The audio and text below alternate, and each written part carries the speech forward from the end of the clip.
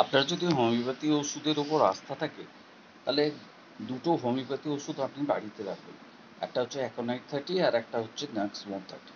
Aconite 30 এই জন্যই রাখতে বলছি, ধরুন আপনার হঠাৎ করে দেখলেন সর্দি হয়ে গেছে, নাক দিয়ে জল গড়াচ্ছে, হাঁচি হচ্ছে, তো এই যে ব্যাপারটা, তার সঙ্গে যদি জ্বরও থাকে, তাহলে অ্যাকোনাইট 30 এই 4 ফোঁটা করে আপনি খেয়ে নিন, আধ ঘন্টা অন্তর অন্তর খান, দেখবেন ম্যাজিকের মতো রেজাল্ট।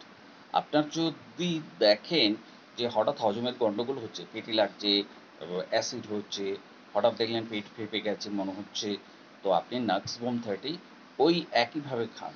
আর হঠাৎ দেখলেন বাইরের খেয়ে এসেছেন, কিছুই হজম হয়নি, তখন একটা কাজ করুন, ঠিক শুতে যাবার আগে 4 ফোঁটা জিভে ফেলে দিন, দেখবেন আপনার হজম তো হয়েইছে, আপনার সমস্ত প্রবলেম